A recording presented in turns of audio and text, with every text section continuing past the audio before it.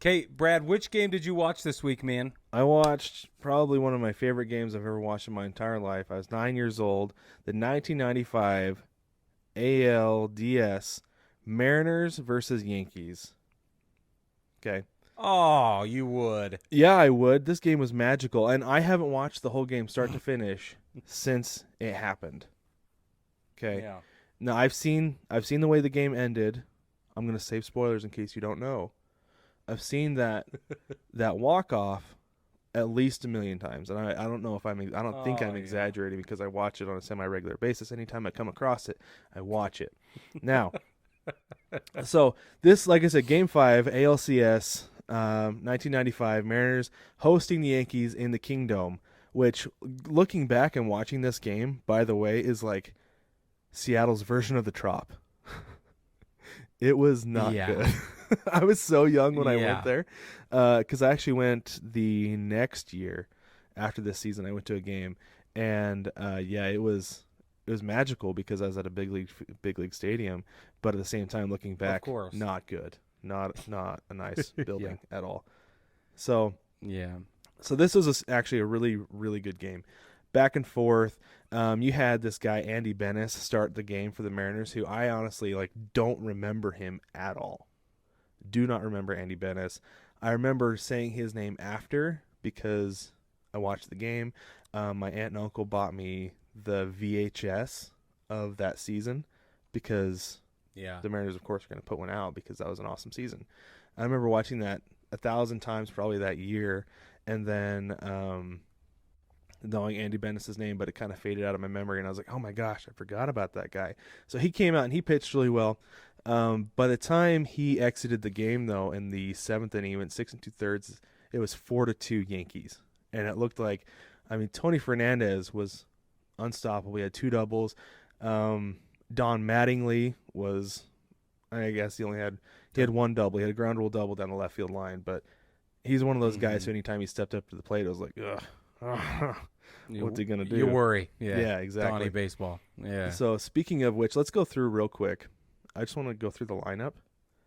You had Wade Boggs, Bernie Williams, Paul O'Neill, Ruben Sierra, Don Mattingly, Dion James, Mike Stanley, Tony Fernandez, Randy Velarde, and David Cohn started the game.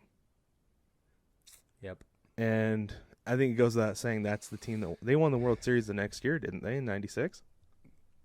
Yeah. Yeah, for a good reason. Those guys. That's a little bit of a different roster, but yeah. Because I think the next year is when Jeter started at shortstop, and which is funny because you saw him in several shots throughout the game. He never made it into the game, but you did see him. He was there though, wandering around the dugout, which was really cool to see a really young Derek Jeter. So he looks like a little boy. He did. He did look like a little boy. It was so insane. funny, so young. So anyways, for me, the game didn't really get really good until the 8th inning when the Mariners came back. They scored 2 runs in the 8th inning.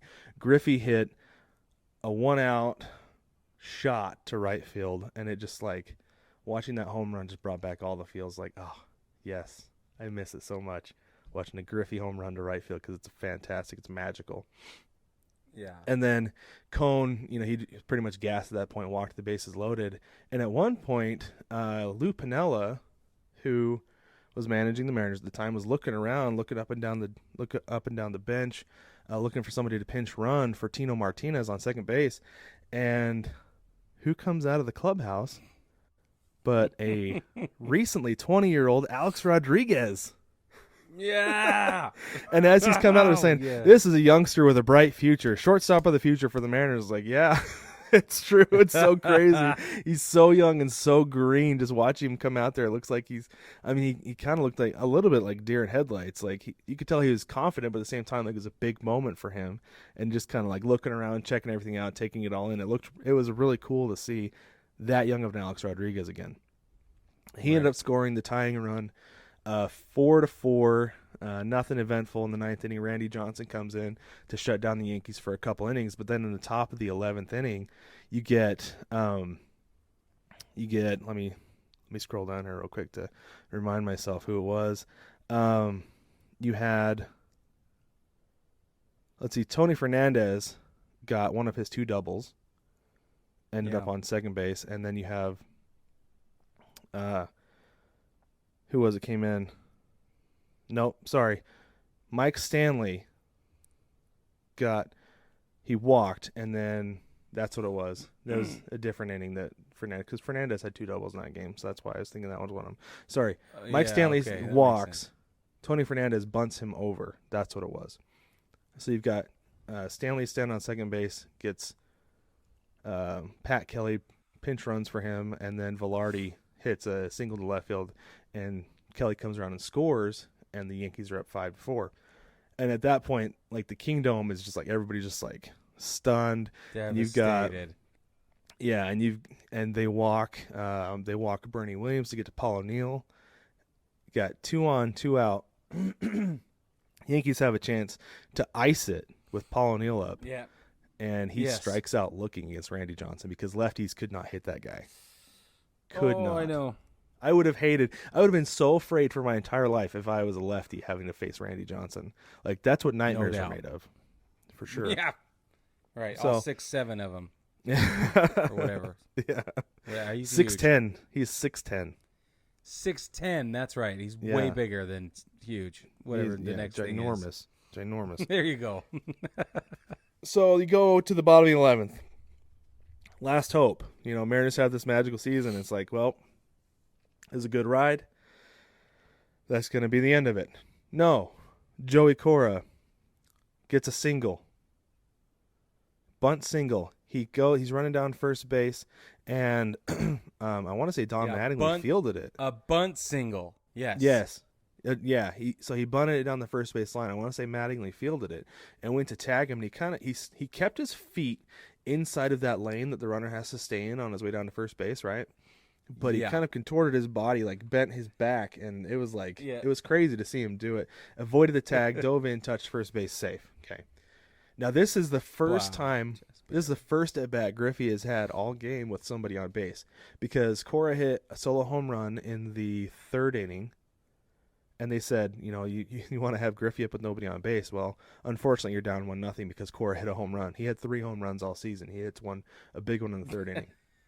Yeah, right. Of course he does, right? Yes.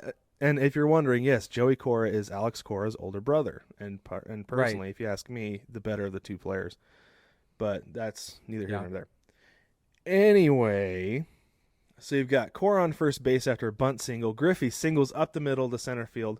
Cora goes first to third. So you got first and third, nobody out. Who comes up? Edgar freaking Martinez.